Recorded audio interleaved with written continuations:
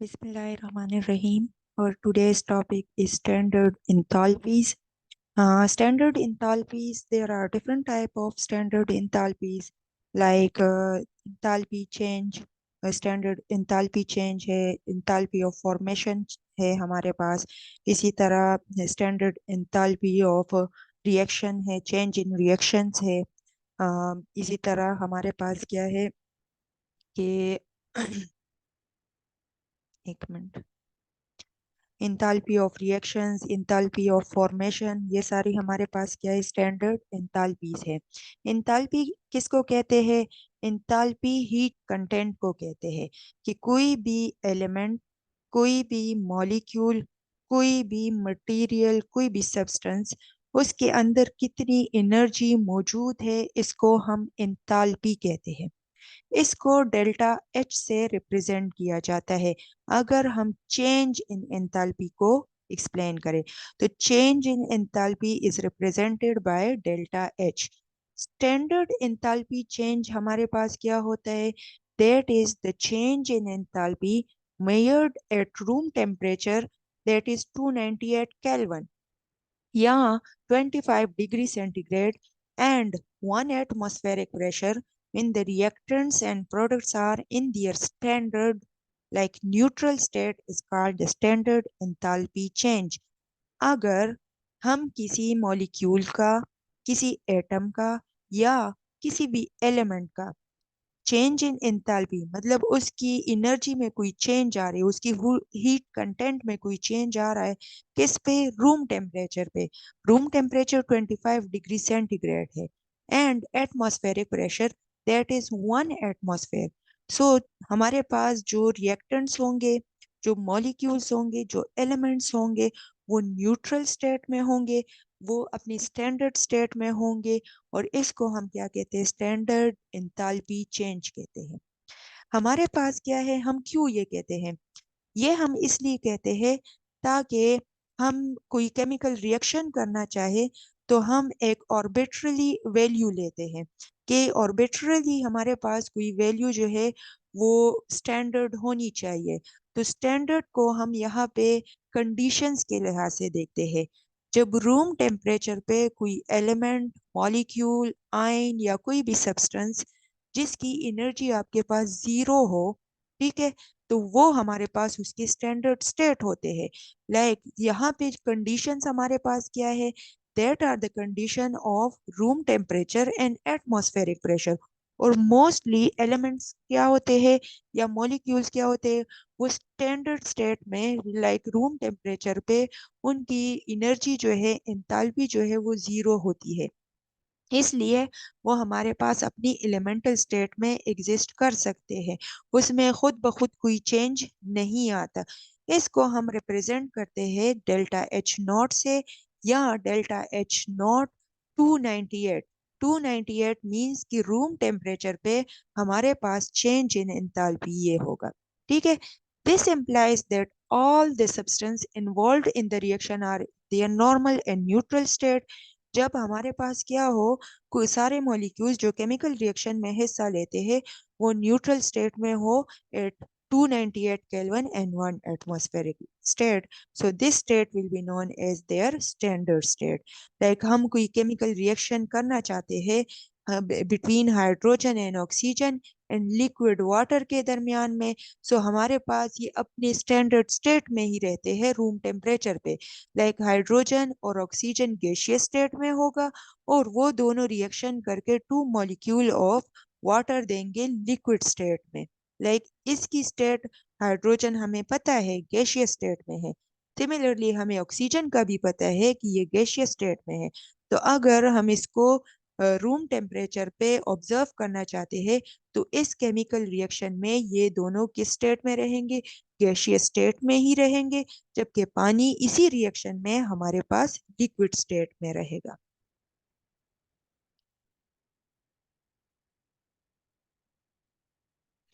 फिर हमारे पास सेकंड आती है, that is the standard enthalpy of formation.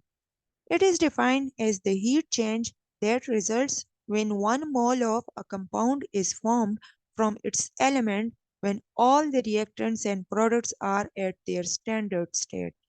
हमारे पास क्या है कि कोई भी हीट चेंज आ रहा है किसी केमिकल रिएक्शन से, जब हमारे पास 1 मोल ऑफ अ सब्सटेंस बनेगा अपने एलिमेंट से, ठीक है, तो जो रिएक्टेंट्स एंड प्रोडक्ट की हीट चेंज आ रहे हैं वो अपने स्टैंडर्ड स्टेट में होंगे। स्टैंडर्ड कंडीशन उसकी क्या है, that is 298 kelvin and 1 atmospheric pressure. At this state, their heat content value will be zero. ठीक है, the standard enthalpy of formation of all the element in their most stable state will be always taken as a zero. जब हम उनकी stable state देखते हैं तो हमारे पास हमेशा इनकी हीट कंटेंट की वैल्यू आपके पास क्या होनी चाहिए, जीरो होनी चाहिए। मतलब अगर मैं सिर्फ ऑक्सीजन को देखती हूँ तो ऑक्सीजन हमारे पास गैसियस स्टेट में है, रूम टेम्परेचर पे कोई रिएक्शन नहीं कर रहे। इसका मतलब है कि इस टाइम पे रूम टेम्परेचर पे और 1 एटमॉस्फेरिक प्रेशर पे ऑक्सीजन की हीट कंटेंट की वैल्यू आपके पास जीरो है, as compare to allotropic oxygen that is ozone. Ozone की हीट कंटेंट की वैल्यू हमारे पास रूम टेम्परेचर पे ज्यादा होगी। ठीक है, तो इसका मतलब है कि या कम भी हो सकती है। तो इसका मतलब है कि एट रूम टेम्परेचर ओजोन अपने नॉर्मल ऑक्सीजन उसमें नहीं रहता, स्टैंडर्ड स्टेट में नहीं रहता। अब हमारे पास क्या है, इसको standard enthalpy change of formation को हम delta H not of F से रिप्रेजेंट करते हैं। ठीक है, एंड ये जो है हमें हेल्प आउट करते हैं by the delta H not of reaction. कि अगर हमने किसी रिएक्शन का एच नॉट की वैल्यू फाइंड करनी है तो आपके पास क्या होगी, स्टैंडर्ड इंथैल्पी ऑफ फॉर्मेशन होगी। The standard heat of formation of carbon dioxide is -393.51 kilojoule per mole and the sulphur dioxide is this. Like ये आपके पास क्या है कि अगर हम कार्बन को सॉलिड ले, ऑक्सीजन को गैसियस स्टेट में ले, तो ये दोनों एट रूम टेम्परेचर हमारे पास केमिकल रिएक्शन करके कार्बन डाइऑक्साइड बनाएंगे। और यहाँ पे जो चेंज इन एनर्जी आएगा that will be -393.51 kilo joule per mole आएगा। सिमिलरली सल्फर डाइऑक्साइड फॉर्मेशन के लिए स्टैंडर्ड स्टेट में हमने सल्फर सॉलिड लेना है एंड ऑक्सीजन हमारे पास गैसियस स्टेट में होगा, तो ये सल्फर डाइऑक्साइड गैस बनाते हैं। और यहाँ पे change in delta H not of formation की वैल्यू हमारे पास ये आती है। डिफरेंट मॉलिक्यूल की या डिफरेंट कंपाउंड की स्टैंडर्ड इंथैल्पी ऑफ फॉर्मेशन इस टेबल में आपको दी है। All elements in their standard state, हमेशा कोई भी एलिमेंट हम उनकी स्टैंडर्ड स्टेट, कि ऑक्सीजन है वो गैसियस स्टेट में है, सोडियम है वो आपके पास सॉलिड स्टेट में है, कार्बन है वो आपके पास सॉलिड स्टेट में है, तो इस दौरान इसकी delta H not of formation आपके पास जीरो होगी। कार्बन सॉलिड स्टेट में हो in the form of graphite, तो ग्रेफाइट इसकी प्योर स्टेट है। सो ये हमारे पास क्या है, मतलब graphite is purely consist of carbon. ठीक है, और कार्बन ये हमारे पास इसकी delta H not of formation zero होगी। Carbon solid in the form of diamond, इसकी डेल्टा एच नॉट की वैल्यू +1.9 होगी। तो ये मुख्तलिफ मॉलिक्यूल्स की स्टैंडर्ड इंथैल्पी ऑफ फॉर्मेशन है जब आपके पास कंडीशन स्टैंडर्ड हो, मतलब टेम्परेचर आपके पास 25 डिग्री सेंटीग्रेड हो एंड प्रेशर आपके पास 1 एटमॉस्फेयर हो, तब आपके पास इनकी ये स्पेसिफिक वैल्यूज आएगी। फिर हमारे पास थर्ड आती है, that is standard enthalpy of reaction. Enthalpy of reaction, अभी हमने कहा कि इंथैल्पी ऑफ फॉर्मेशन से हमें क्या मिलता है, इंथैल्पी ऑफ रिएक्शंस मिलती है। So the standard enthalpy of reaction is the change in enthalpy for a given reaction calculated from the standard enthalpies of formation from for all the reactants and products. Enthalpy of reaction को हम delta H not of R से represent करते हैं। ये आपके पास क्या है कि जो आपके पास standard enthalpies of formation for the reactants and the product है उसकी कैलकुलेशन से हमें मिलते हैं and it can be calculated from the difference between the total enthalpies of formation of the products and reactants. Like यहाँ पे आप देखिए कि delta H not of R is equal to summation of delta H naught of the product minus delta H naught of the reactant. Like reactant की formation energy को minus करेंगे product की formation energy से, तो इससे हमें delta H not of reaction मिलेगा। For example hydrogen and oxygen जब एक दूसरे के साथ रिएक्ट करते हैं तो इसकी फॉर्मेशन के लिए जो एनर्जी चाहिए होता है, हम क्या करते हैं, इसको माइनस करते हैं from the formation of a liquid water. So इससे हमें जो delta H not of reaction मिलता है that is -572 kilo joule per mole. फिर हमारे पास आ जाती है fourth type, that is standard enthalpy of combustion. Standard enthalpy of combustion हमारे पास क्या है, that is the amount of heat produced when 1 mole of a compound in its standard state is completely burnt in excess of air or oxygen at 298 Kelvin and 1 atmospheric pressure। Combustion किसको कहते हैं, जलाने को कहते हैं। हमारे पास combustion जो है वो किसी चीज को जलाने को कहते हैं। तो कोई भी चीज अगर हम 1 मोल ऑफ अ सब्सटेंस को क्या कर लेते हैं, जलाते हैं in the presence of oxygen या air at standard temperature and pressure, वो हमारे पास क्या है, रूम टेम्परेचर एंड प्रेशर है। सो इस दौरान जो एनर्जी रिलीज होती है या जो एनर्जी आपको मिलती है, चेंज इन टेम्परेचर मिलता है, सो इसको हम क्या कहते हैं, हीट ऑफ कंबशन कहते हैं। All the substances involved in their standard states and their reaction are carried out under standard condition। Condition हमारे पास स्टैंडर्ड होनी चाहिए। लाइक हम क्या करते हैं, मीथेन की कंबशन करते हैं। मीथेन हमारे पास CH4 है, जब इसको हम जलाते हैं in the presence of oxygen, जिससे carbon dioxide gas and water gas, water in the form of steam आपके पास प्रोड्यूस होते हैं। इस दौरान हमारे पास large amount of energy release होती है। ये जो रिएक्शन है ये हमारे पास कंबशन रिएक्शन है। इस रिएक्शन में जो हीट रिलीज होती है वो हमारे पास क्या है, हीट ऑफ कंबशन है। So its value is -890 kilo joule per mole है। हम इस एग्जांपल को भी देख सकते हैं कि the heat of formation of methane, carbon dioxide and water are these values like -74, -393, -285 respectively। like इसकी वैल्यू, मीथेन की फॉर्मेशन की वैल्यू ये है, कार्बन डाइऑक्साइड की फॉर्मेशन की वैल्यू आपके पास ये है, and water in the form of steam आपके पास उसकी फॉर्मेशन की वैल्यू ये है। So calculate the heat of combustion of the following reaction. So heat of combustion आपके पास क्या है, that is the heat of reaction. ठीक है, सो हीट ऑफ रिएक्शन आपके पास क्या है, heat of reaction of the product minus heat of reaction of the reactants.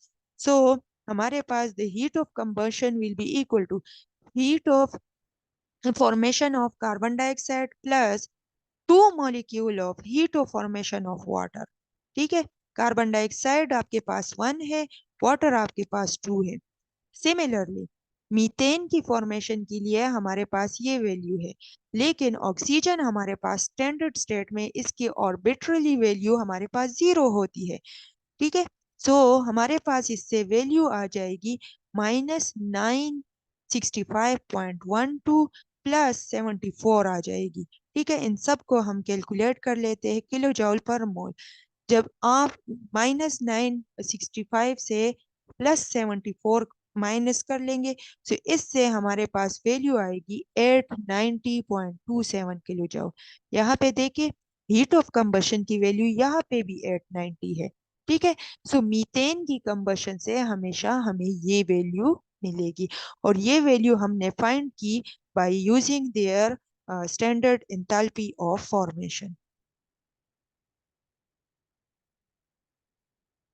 फिर हमारे पास आ जाती है स्टैंडर्ड इंथैल्पी ऑफ न्यूट्रलाइजेशन।